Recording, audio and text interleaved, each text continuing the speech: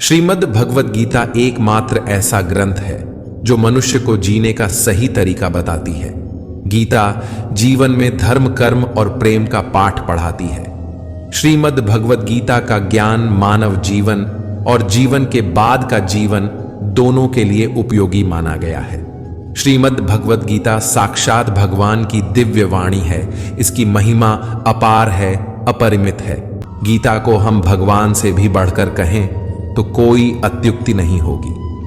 भगवान ने स्वयं कहा है, मैं गीता के आश्रय में रहता हूं। गीता मेरा श्रेष्ठ घर है। गीता के ज्ञान का सहारा लेकर ही मैं तीनों लोकों का पालन करता हूं। इसके सिवा गीता में ही भगवान अपने मुक्त कंठ से यह घोषणा करते हैं कि जो कोई मनुष्य मेरी इस गीता रूप आज्ञा का पालन करेगा वह निसंदेह मुक्त हो जाएगा।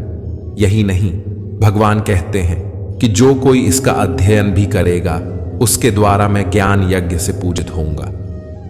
भगवद गीता ही है जो आधुनिक युग में समस्याओं से घिरे हुए मनुष्य को एक कर्मशील जीवन जीने के लिए प्रेरित करती है। गीता ऐसे प्रेरणादायक संदेशों का महासागर है जो जीवन से निराश मनुष्य को आशाओं से भर देती है।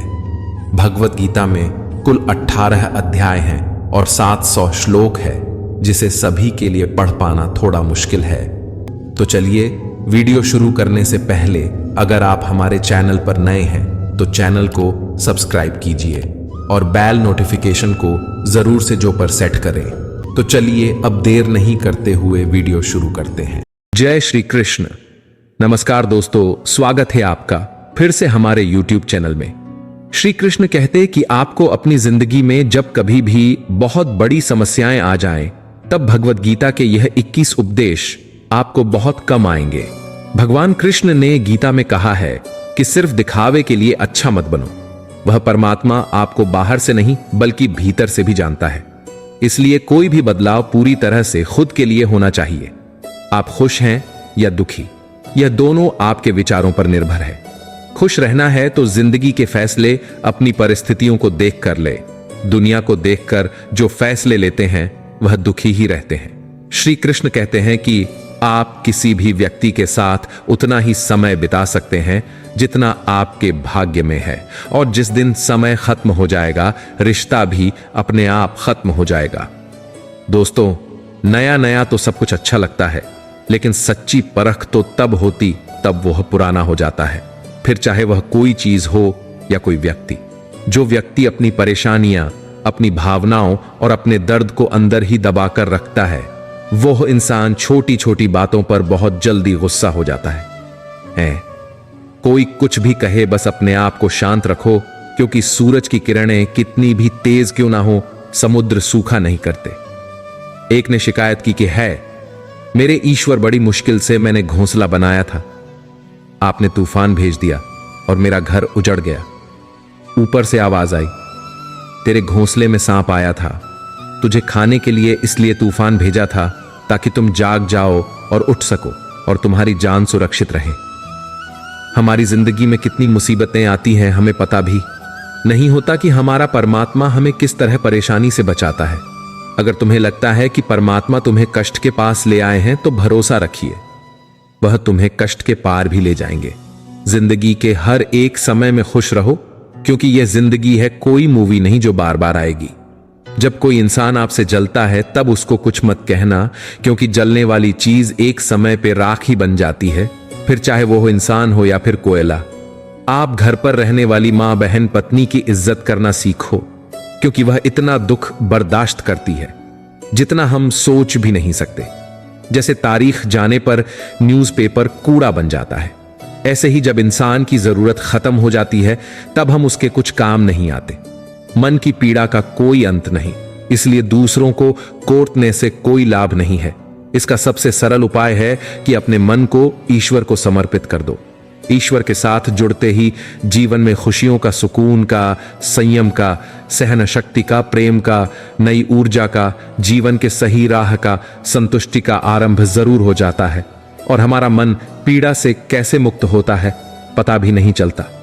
अगर प्रभु तुमसे ज्यादा इंतजार करवा रहे हैं तो तैयार रहना, वह उससे कहीं ज्यादा देने वाले हैं जितना तुमने मांगा है। जिस तरह लोग मुर्दे इंसान को कंधा देना पुण्य समझते हैं, काश इस तरह जिंदा इंसान को सहारा देना पुण्य समझने लगते तो जिंदगी आसान हो जाती। मत सोच इतना कि जिंदगी के बारे में जिसने जी दी है उसने भी तो कुछ सोचा होगा ना। आपका बीता हुआ कल भले ही कष्टों से भरा हुआ हो, पर आने वाला कल आपके हाथों में है। मन अंधा होता है, इसके पास अपना कोई ज्ञान नहीं होता। अपनी जिंदगी में किसी की सलाह भी सोच समझ कर लेनी चाहिए, क्योंकि दुर्योधन शकुनी के पास सलाह लेता था और अर्जुन श्री कृष्ण की ओर। आप समझ गए होंगे मैं क्या कहना चाहता हूं।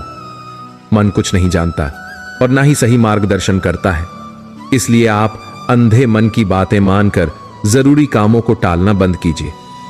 आप हमेशा अपनी बुद्धि से काम लीजिए, मन से नहीं, क्योंकि अंधा मन हमेशा आपको जरूरी कामों को करने से रोक देता है। जब आप बुद्धि के जरिए जरूरी कामों को करना शुरू कर देंगे तो धीरे धीरे आपका मन आपका मित्र बनता चला जाएगा। कद्र करना सीखो उनकी जो तुम्हें अपना मानते हैं, जो हर बुरे वक्त में तुम्हारा साथ देते हैं, जो कभी तुम्हारे हित की ही बात करेंगे। उनकी कदर करना सीखो। पशुओं के पास अपने पूर्व जन्म के स्मरण की विशेष शक्ति होती है, जिससे कि वे पूर्वकृत कर्मों पर पश्चाताप कर सकें। मनुष्य के पास कर्म करने की विशेष शक्ति होती है, जिससे कि वह अपना उद्धार कर सके। धर्म एवं अधर्म के बीच का अंतर बड़ा सूक्ष्म होता है। अच्छे उद्देश्य से किया गया गलत कार्य भी धर्म है और गलत उद्देश्य से किया गया अच्छा कार्य भी अधर्म है। अच्छाई का महत्व बुराई से ही झात होता है। यदि अंधकार न हो तो प्रकाश की परवाह कौन करे। जहां ढकना चाहिए वहां का कपड़ा हटाकर जहां नहीं ढकना चाहिए वहां लगा देना ही फैशन कहलाता है।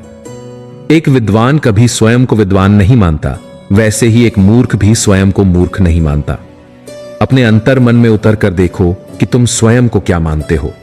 यह कितनी विडंबना की बात है कि हर हाथी में गणेश और बंदर में हनुमान के दर्शन करने वाला मनुष्य हर नारी में सीता और हर पुरुष में राम नहीं देख पाता। यदि ऐसा हो जाए तो यह संसार शत्रु और भय से मुक्त हो जाएगा। एक ओर तुम बिना स्नान किए मंदिर में नहीं जाते, मंदिर में थूकते नहीं, मंदिर में जूते नहीं पहनते। दूसरी ओर देवताओं के नाम पर बलि की आड़ में सैकड़ों निर्दोष पशुओं की हत्या करके मंदिर को कसाई खाना बना देते हो। यदि इसके बाद भी तुम स्वर्ग जाने की बात करते तो नरक किनके लिए बना था। एक मच्छर के द्वारा भूख मिटाने के लिए दी गई हल्की सी हानिकारक पीड़ा के बदले मनुष्य उसे मार डालता है। वही मनुष्य मात्र अपने जिह्वा की तृप्ति के लिए कई निर्दोष प्राणियों को बर्बरता से मार कर खा जाता है। इसके बाद मनुष्य ईश्वर को दोष देता है कि उसके जीवन में समस्या और असफलता क्यों है, और उत्तर न मिलने पर ईश्वर के ही अस्तित्व पर प्रश्न लगाकर फिर अपना चमड़ा बढ़ाने के लिए किसी और के चमड़े को चबाने में मग्न हो जाता है। यदि यही मनुष्यता है तो फिर राक्षस की क्या परिभाषा है। आपको कई बार जो मिलता है, क्या उसके बारे में आपको मेहनत करनी पड़ती है? कई बार जो मिला, क्या वास्तव में वो आपने अपने परिश्रम से पाया? कई बार बहुत कुछ बिना किए मिलता है, कई बार करने के बाद भी नहीं मिलता। जीवन खेती की तरह है, यहां किसान का परिश्रम ही पर्याप्त नहीं है। बीज की गुणवत्ता, खेत की उर्वरता, मौसम का हाल और फसल की सुरक्षा भी आवश्यक है। एक बार की बात है, किसी राज्य का राजा अपनी प्रजा के दुख सुख का बहुत ख्याल रखता था। वह अपने सैनिकों के साथ रात्रि के समय राज्य के चारों ओर चक्कर लगाता था। इस प्रकार वह अपने राज्य की प्रजा के कष्टों को दूर करने का प्रयत्न करता था। एक रात्रि को वह एक मजदूर की कुटिया के पास से जा रहा था, जहां से छोटे 2 बच्चों के रोने की आवाज आ रही थी। राजा को उन पर बड़ी दया आई। उसने मजदूर से बच्चों के रोने का कारण पूछा तो उसने राजा को बताया कि उसके पास बच्चों को खिलाने के लिए भोजन नहीं है। राजा ने उस मजदूर से अगली सुबह को अपने महल में आने के लिए कहा। प्रातःकाल जब वह मजदूर राजा के महल में गया तो उसे यह देखकर आश्चर्य हुआ कि राजा अपने महल के पूजा स्थल में भगवान की मूर्ति के सामने हाथ जोड़कर ईश्वर से प्रार्थना कर रहा था। मजदूर ने राजा से पूछा, राजन, यह आप क्या कर रहे हैं? इस पर राजा ने उत्तर दिया कि वह अपनी प्रजा की सुख समृद्धि के लिए ईश्वर से प्रार्थना कर रहा था। यह देखकर वह मजदूर बिना कुछ कहे महल से वापस जाने लगा। राजा ने उसे इस प्रकार जाते हुए देखा तो इसका कारण उस व्यक्ति से पूछा। उस मजदूर ने कहा, राजन, जब आप भी सभी को भगवान की प्रार्थना करके उससे मांग कर देते हैं, फिर मैं भी सीधा भगवान से ही मांग लूंगा, क्योंकि भगवान की नजर में छोटा बड़ा, ऊंच नीच, राजा प्रजा सभी एक समान है तथा सच्चे मन से प्रार्थना करने पर वे सभी के मन की बात सुन लेते हैं। राजा मजदूर की बात को सुनकर आश्चर्यचकित हो गया। उसे एक बहुत बड़ी सच्चाई का पता लग चुका था। जहां तक मांगने की बात है तो यह बात स्पष्ट हो जाती है कि जो भगवान के घर के बाहर मांगने के लिए बैठे हैं उन्हें हम भिखारी या भिक्षुक की संज्ञा दे देते हैं, किंतु जो अंदर जाकर भगवान से मांग रहे होते हैं वे भी एक तरह से भिखारी हैं। बस फर्क इतना ही है कि वह बाहर भीख मांगता है और इंसान अंदर। जिस प्रकार पक्षी 10 दिशाओं में उड़कर जाता है तथा फिर जिस पेड़ पर बैठ जाता है उसी पेड़ का फल उसे खाना पड़ता है, ठीक इसी प्रकार मनुष्य का मन भी पक्षी की तरह है। उसे भी जैसी संगत में वह रहता है वैसा ही उसका मन बन जाता है।